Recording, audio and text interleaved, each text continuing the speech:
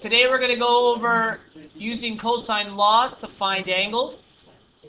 Now, you guys are familiar with this formula. Remember I told you only really need to memorize one of them. In your book, they've given you another version of this formula, and they've set it equal to the angle at the end. Again, no need to technically memorize that. As long as we know how to algebraically manipulate this equation, this is the only formula we technically have to have memorized. Now, recall, the reason I got you to memorize this specific one with the C on the outside and the C is the angle is because I told you just to rename triangles. Whatever side or angle we're looking for, we're still going to call that C. So in this case, we're going to name this triangle below. I want to find the angle between the two sides that have the same length. Okay? Which means, what should I name that?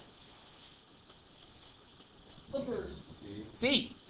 I'm going to call that C. That's going to be our unknown angle, which means 2.4 is side C.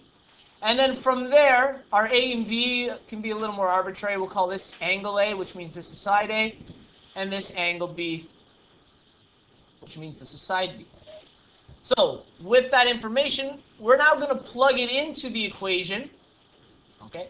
Plug it into our cosine law, and we're going to have to isolate the angle at the end. So what this reads then is C, which is 2.4, so 2.4 squared is equal to A, which is 3.8 squared, plus B, which is 3.8 squared, minus 2 times A times B times cos C. Now this C is our unknown. That's our angle. We're trying to actually solve for an angle in this version. Okay? So since we're trying to solve for an angle, what we're going to do is simplify everything else. So we'll simplify all of our exponents in our multiplication and isolate C at the end. So we'll go through this together. We'll get our calculator out. 2.4 squared, 5.76. Okay. So 5.76 is equal to 3.8 squared, 14.44, plus 14.44, since they're the same value. And then, I want you to think about this. We're going to do the multiplication here. This is negative 2, or 2, times 3.8 times 3.8. This is a negative times a positive. What's that going to give us? Negative. And then since that's a negative, it's a negative times another positive. What's it going to give us? So we know our answer is going to be negative, and or known as subtracting. Okay? So let's multiply those values together. 2 times 3.8 times 3.8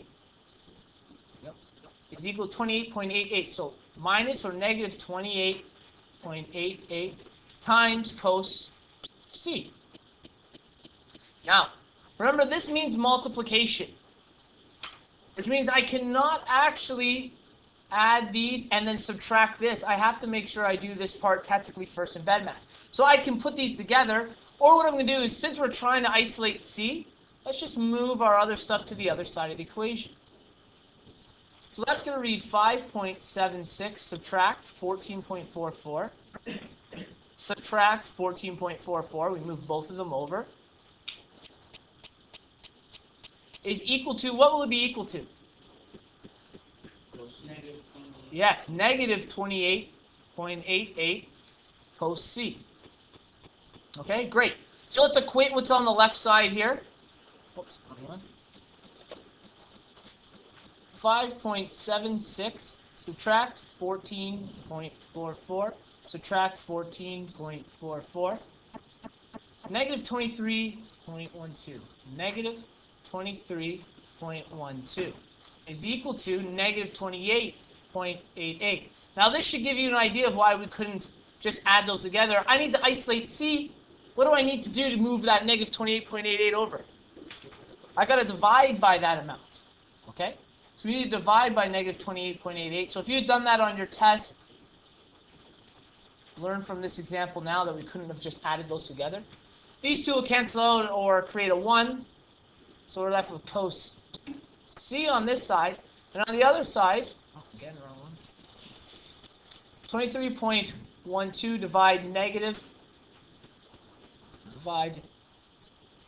28.88 negative. Since they're both negative, we're going to get what type of an answer? Positive. Positive 0.800. It's pretty much 0.08. 0.08. We'll round it to that. Okay? Well, we still have to isolate our C.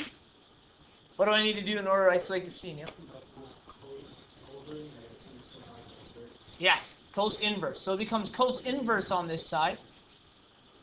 0.8 is equal to C. So once we already have this in here, we're going to do the inverse of cos. 36.81. C is equal to 36.81. Great, so that means this angle between is 36.81. Now, from this point, this is it. That's using cosine law to solve the angle. It's pretty much it. Maybe they ask us to solve the whole triangle. If they ask us to solve this whole triangle, okay, that means we need to find the other two angles here. Okay? So that means I got to find A and B. Well, since I already have an angle now and the opposite side, what law can I use? I can use sine law. And if you guys notice, sine law is a little quicker to work with than cosine law. So it would be in our best interest to set up a sine law solve for another angle. Once I have that angle, what can I do to find the last one?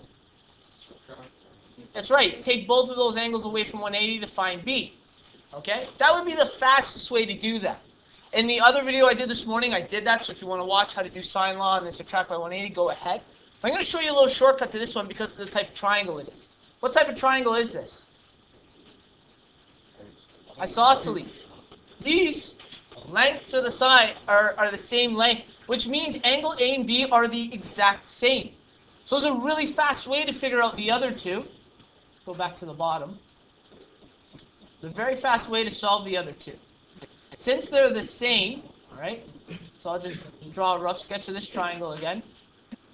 These are the same, and that angle is 36.18. If these are the same, what that means is 180 is equal to 36.81, and I'm going to call this x and this x since they're the same distance. So 36.81 plus x. We know that they all add up to 180 degrees.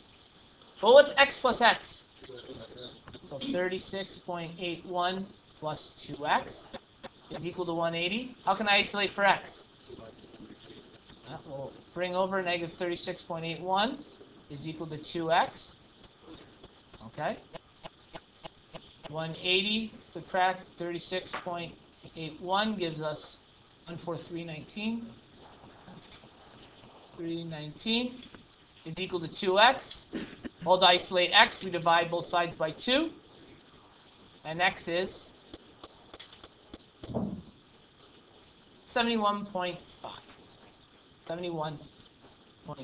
So that's a fast way because this was an isosceles triangle. They won't always be isosceles triangles, so we may have to use our sine law to get the other one and then subtract from 180. But that's a quick way to solve an isosceles one in the process.